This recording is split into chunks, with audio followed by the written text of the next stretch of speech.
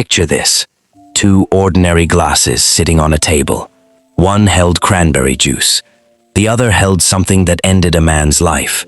A detective slides them toward a woman and asks her one simple question. Which glass did you pour the cranberry juice into? She starts to answer, and for half a second, the wrong word slips out of her mouth. A word that was never supposed to be said out loud. A word that would end up haunting her for the rest of her life. She catches herself. She corrects it. She smiles like it's nothing, but it's too late. Because in that one heartbeat, a woman who had gotten away with murder, not once, but twice, just handed the police the key to unlock everything. This is the story of a mother from a quiet town in New York who buried two husbands, was called a devoted parent by everyone who knew her, and who, when the walls finally started closing in, tried to solve her problem the same way she always had, by poisoning someone else she claimed to love. Stay with me till the end, because the person who saves this story, the person this case is really about, isn't the killer at all. It's the daughter she tried to sacrifice. Quick question before we go further. If you had to guess right now, who do you think she poisoned next? Drop your guess in the comments. I promise you won't see it coming. Let's rewind. Her name was Stacy. Born in the summer of 1967, she grew up and settled in Clay, New York, a small, quiet suburb just outside Syracuse. The kind of place where everyone waves at everyone, and nothing bad is supposed to happen. On paper, her life looked completely normal. She worked for years as an ambulance dispatcher, the calm voice on the phone during someone's worst day. Later, she moved into office work, managing the books for a local heating and cooling company. She raised two daughters, and by her late 30s, most people who knew her would have described her the same way. Capable, steady, a woman who always seemed to land on her feet. But here's the detail that people only noticed later, once it was far too late to matter. At her first husband's funeral, she didn't cry. Not one tear.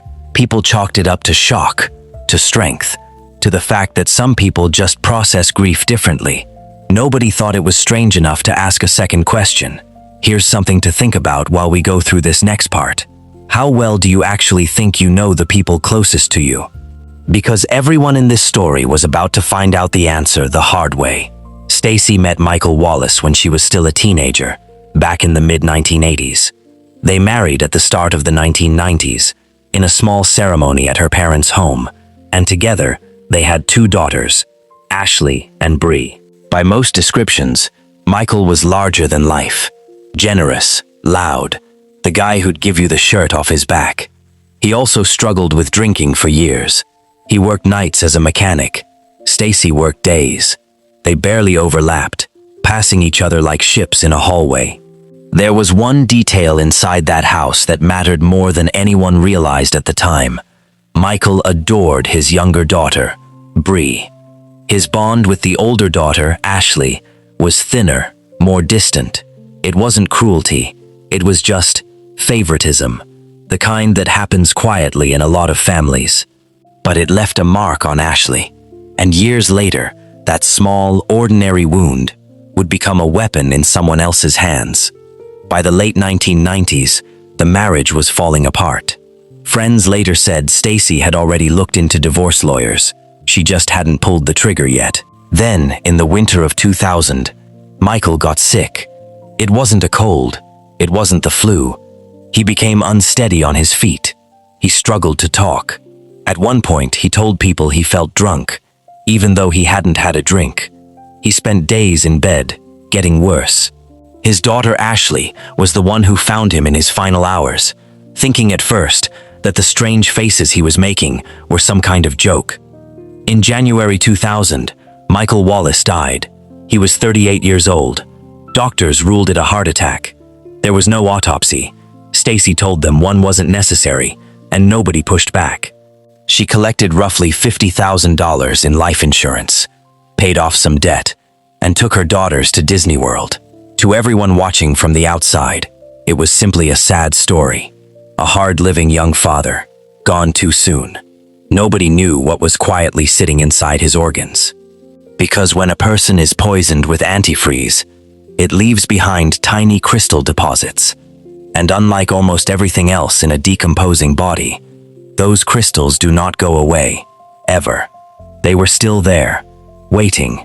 7 years later, within a few years, Stacy had remarried. Her new husband, David Castor, ran his own heating and air conditioning company in the Syracuse area. He was a hard-working outdoorsman. Snowmobiles, four-wheelers, a boat, a shotgun kept under the bed. He'd been married once before, to his high school sweetheart, and had a grown son. Stacy actually worked in his office before the two of them grew close. In August 2003, they married. For David, this was supposed to be his second chance at the kind of stable life a lot of people only get once. But blending the two families wasn't smooth. Stacy's daughters had spent years as a tight little unit with just their mom. David came in with rules, with expectations, and the girls, by their own accounts, resented being told what to do by a stepfather who sometimes acted like a dad, and other times made it clear he didn't want to be one. Ordinary step-family friction, nothing that screamed danger. Then came the last weekend of August, 2005. On a Sunday morning, Stacy called for help, saying something was wrong with David. According to her, the two of them had argued on Friday night. She said David had told her to leave, to take her kids and go. She said that since 5 a.m. that Sunday, he'd locked himself in their bedroom and wouldn't answer the door. She kicked the door in. David Castor was dead, and he'd been dead for a while. On the nightstand, a bottle of apricot brandy, a bottle of cranberry juice, and 2 glasses, one holding a strange bright green liquid. Nearby, a jug of antifreeze, the cap left off. His shotgun was still under the bed, untouched. The initial ruling was suicide. A man, stressed about his business and his recent breakup, who poisoned himself in a moment of despair. Stacy told investigators he'd been unhappy. It was a plausible story, and the medical examiner's office signed off. If it had ended there, David Castor would just be a sad statistic. A man who chose a horrible, slow way to die. But 2 things kept this case alive. Can you guess what they were? I'll give you a hint. One of them was people, and one of them was physical evidence. Let's get into it. The first thing that kept this case open was simple. The people who loved David refused to believe he'd killed himself. His son didn't believe it. His ex-wife didn't believe it. And his sister, who understood, through his own trade, exactly what antifreeze does to a human body, didn't believe it for 1 second. They kept calling. They kept pushing. The second thing was a detail investigators couldn't explain away. They sent the evidence to the lab. The antifreeze jug, the brandy bottle, the 2 glasses. The first result back changed everything. The glass with the green liquid, the antifreeze, had 3 fingerprints on it. All 3 belonged to Stacy. There were none from David. A man who supposedly poisoned himself hadn't left a single fingerprint on the very glass that killed him. Investigators tried to give her the benefit of the doubt. Maybe she'd handled the glass while cleaning up. But then they found something in the kitchen trash that was much harder to explain away. A turkey baster. It smelled like alcohol. When they tested the tip, it came back with David's DNA on it. From that one object, investigators built a theory that's honestly difficult to say out loud, that the first dose of poison hadn't killed David fast enough, and that someone had used the baster to force more of it into him while he was dying. If you're getting chills right now, that's normal.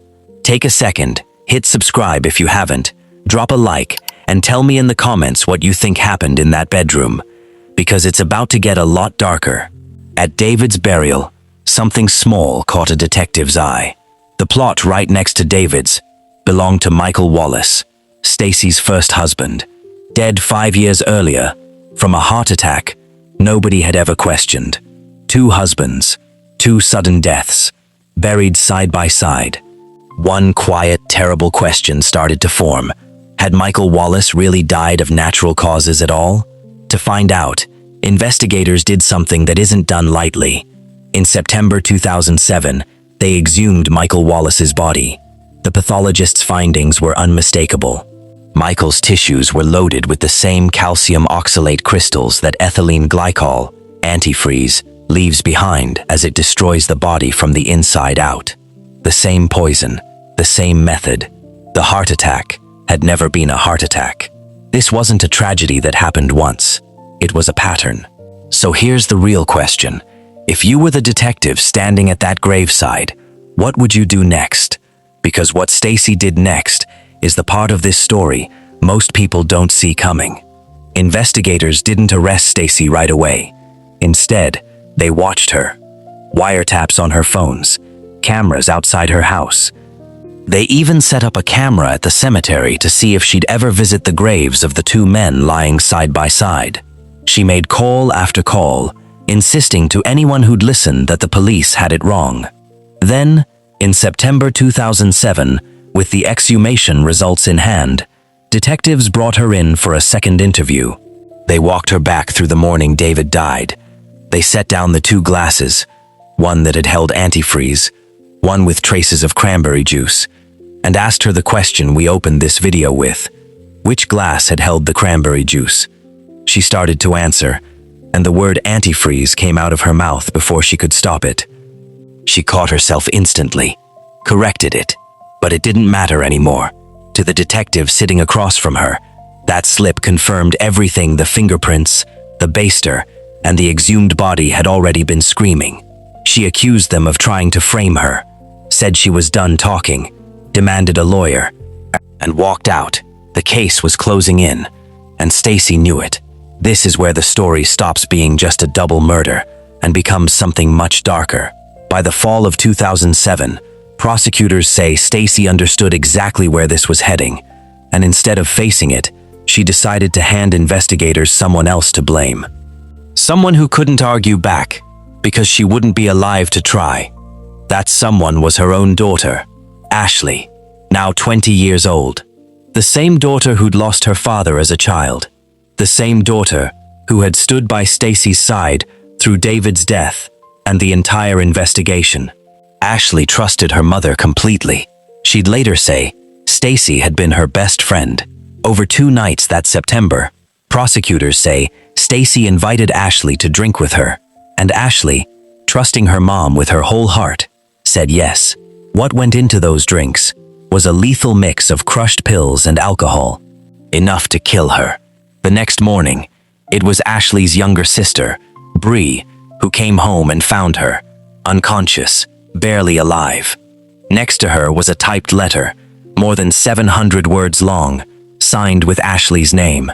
In it, Ashley confessed to murdering both her father and her stepfather. It was written to look like a suicide note. A tidy, horrifying ending to the whole case. There was just one problem. Ashley never wrote a single word of it. Investigators found drafts of that letter on the family computer, typed days earlier, while Ashley was at school. The letter even misspelled the word antifreeze, the exact same unusual way Stacy had misspoken it in her own interrogation.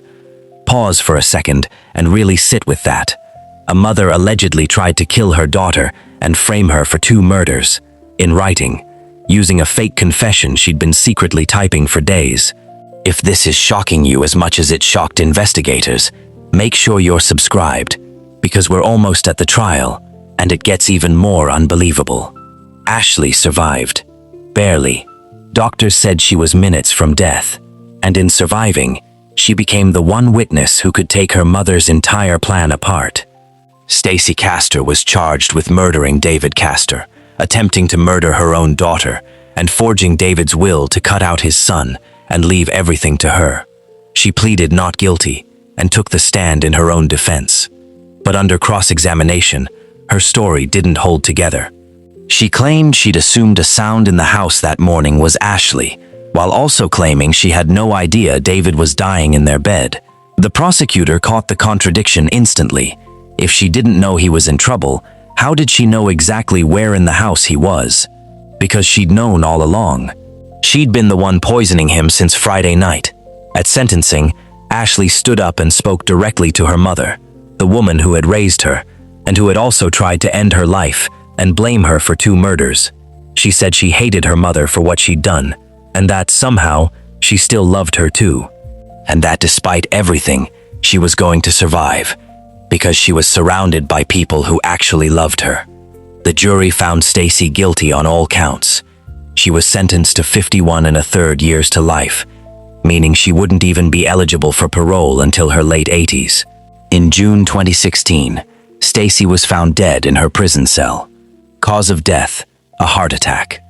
The exact same cause that had once been falsely written on Michael Wallace's death certificate 16 years earlier. At the end of the day, this case was never really about Stacey Castor. It was about the daughter who lost her father as a child, nearly lost her own life at 20, and lived to make sure the truth came out anyway. If this story got under your skin the way it got under mine, let me know in the comments. And if you haven't already, subscribe so you don't miss the next case. What true crime case should I cover next? Drop it below.